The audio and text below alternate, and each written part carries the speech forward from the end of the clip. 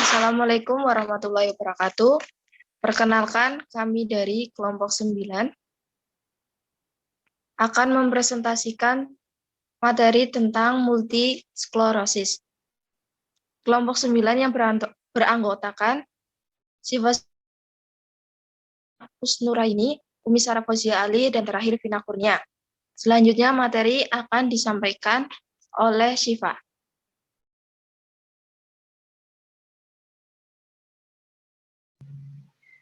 Definisi multiple sclerosis adalah suatu penyakit autoimun yang mempengaruhi sistem saraf pusat atau otak dan sumsum tulang belakang. Penyakit ini disebabkan oleh kerusakan selubung mielin sehingga sinyal saraf menurun atau melambat, bahkan berhenti. Kerusakan ini akibat inflamasi karena sistem kekebalan tubuh menyerang sistem saraf. Hal ini bisa mengenai otak, saraf optikus, dan sumsum tulang belakang yang menyerang daerah substansia alba dan merupakan penyebab utama kecacatan. Faktor resiko. Penyakit ini umumnya mengenai kelompok pasien usia dewasa muda atau antara 30 sampai 40 tahun. Dengan prevalensi umum di seluruh dunia adalah 30 kasus per 100.000 populasi dan hanya sekitar 2-5% penyakit ini terjadi pada usia kurang dari 18 tahun. Multiple sclerosis merupakan penyakit demyelinasi inflamasi sistem saraf pusat. Penyakit ini menunjukkan cedera pada selubung mielin atau materi lemak yang menutupi akson dan oligodendri atau sel yang membentuk mielin.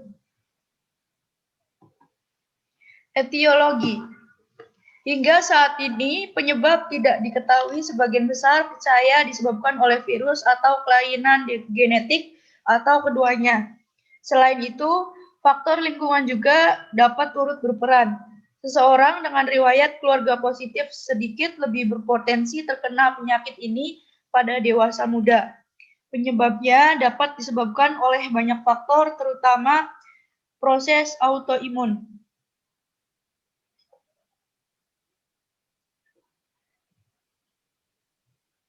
Setelah itu akan dibacakan oleh Umi Sarah.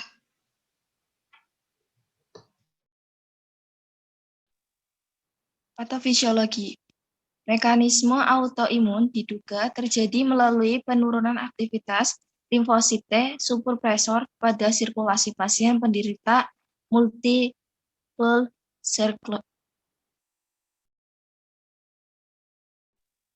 serta adanya molekular mimicry antara antigen dan MBP myelin-based protein yang mengaktifkan klon zat T yang spesifik terhadap MBP spesifik T-cell clone.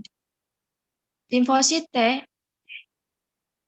menjadi autoreaktif pada paparan antigen asing yang struktural yang mirip dengan MBP. Tidak hanya beberapa virus dan peptida bakteri saja yang memiliki kesamaan struktural dengan MBP, tetapi beberapa dari mikroorganisme tersebut dapat mengaktifkan MBP spesifik T-cell clone pada pasien MS.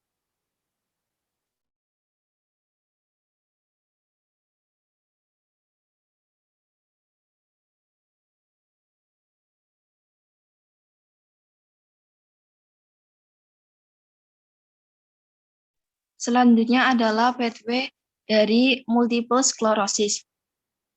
Agen atau virus menyebabkan melemahnya mekanisme pertahanan otak.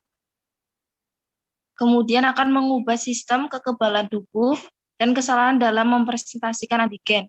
Jaringan tubuh sendiri dianggap sebagai jaringan asing.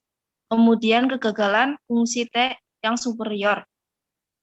Lokal limfosit infiltrasi pada myelin, kemudian pada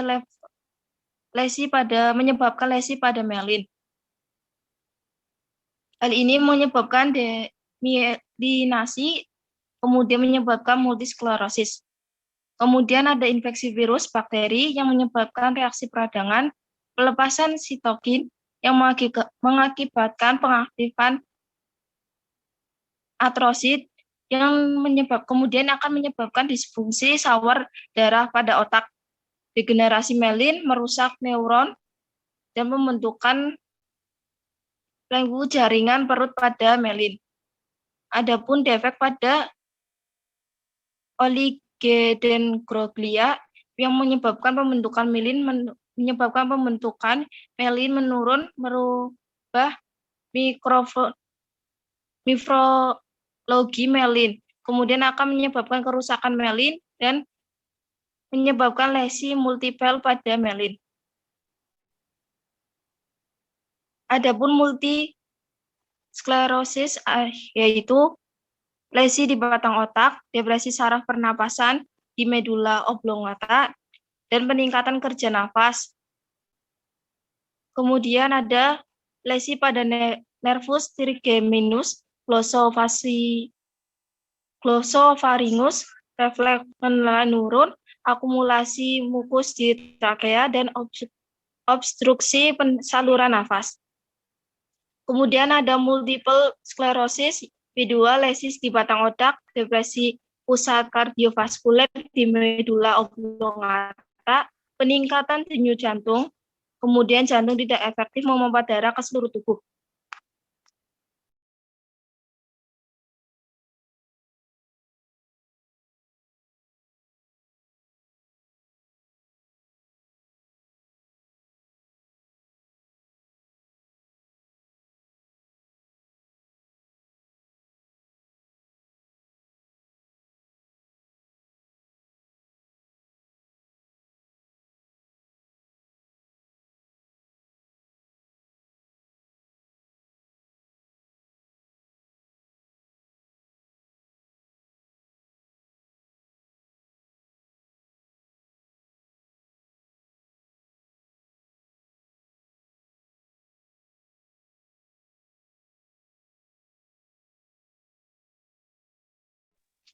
Kemudian ada klasifikasi dari multiple sclerosis. Yang pertama adalah relapsing remitting MS, yaitu banyak kasus yang berawal dari pembentukan MS yang gejalanya bersifat hilang dan timbul, terutama pada dewasa muda.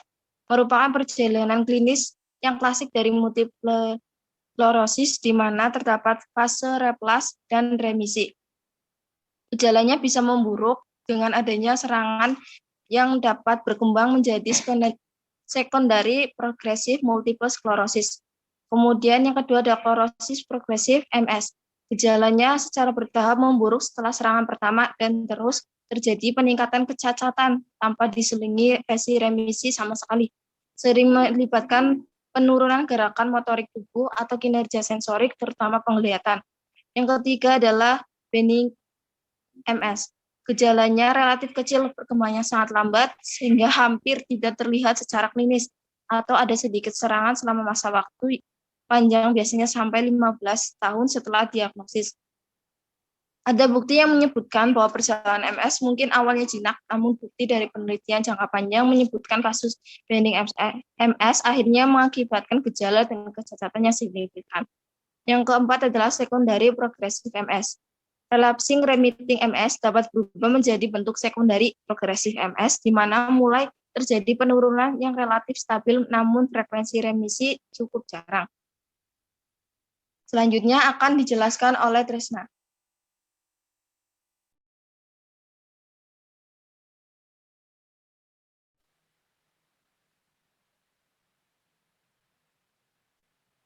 Tanda dan gejala terkait penglihatan ganda, tidak nyaman pada mata, rapid eye movement, kehilangan penglihatan, umumnya satu mata terlebih dahulu. Gejala terkait otot, hilangnya keseimbangan, spasme atau kaku otot, baal atau sensasi abnormal di berbagai area, kesulitan menggerakkan tangan atau kaki, kesulitan berjalan, kesulitan melakukan gerakan kecil dan perlu koordinasi, tremor pada satu atau lebih tangan atau kaki, kelemahan satu atau lebih tangan atau kaki.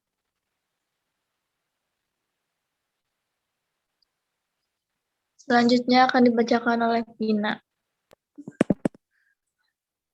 Pemeriksaan penunjang dan penata laksanaan. Penata laksanaan multiple sklerosis ditunjukkan untuk mengatasi gejala saat eksaserbasi akut atau replet, mengurangi durasi serta frekuensi eksaserbasi akut, dan mencegah progresi penyakit.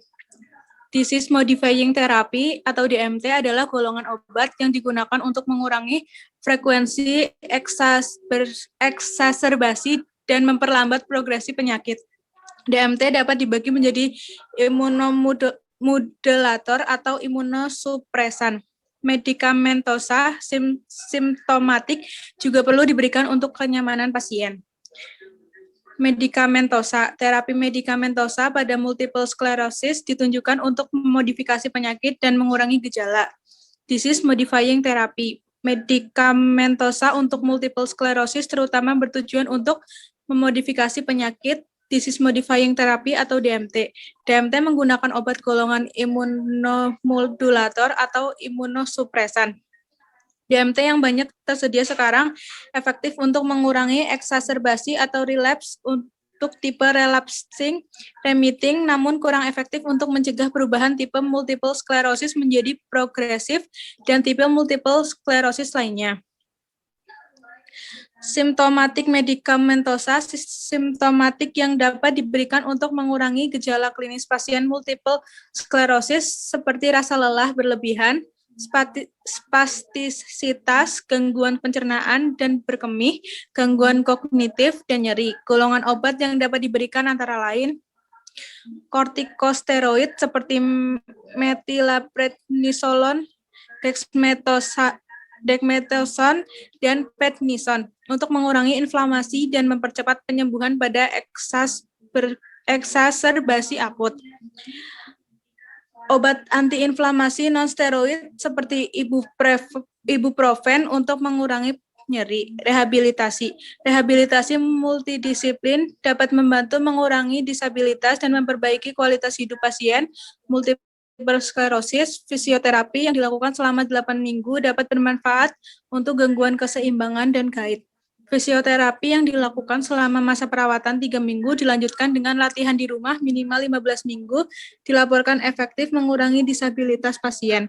Latihan motorik, sensorik, dan keseimbangan selama 3 minggu juga dilaporkan dapat memperbaiki keseimbangan dan gait pasien. Latihan untuk otot pernafasan, khususnya untuk inspirasi, selama minimal 10 minggu dapat memperbaiki tekanan inspirasi maksimal.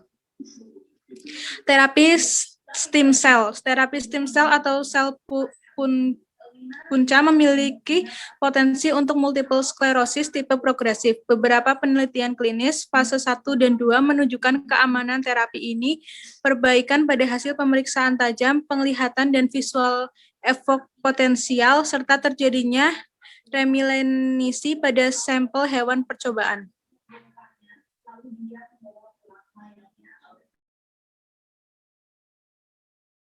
Pemeriksaan penunjang ada pemeriksaan fisik neurologi, MRI, fungsi lumbal, dan pemeriksaan penunjang elektrofisiologi seperti visual evok potensial dan somatosensori evok potensial tidak rutin dilakukan.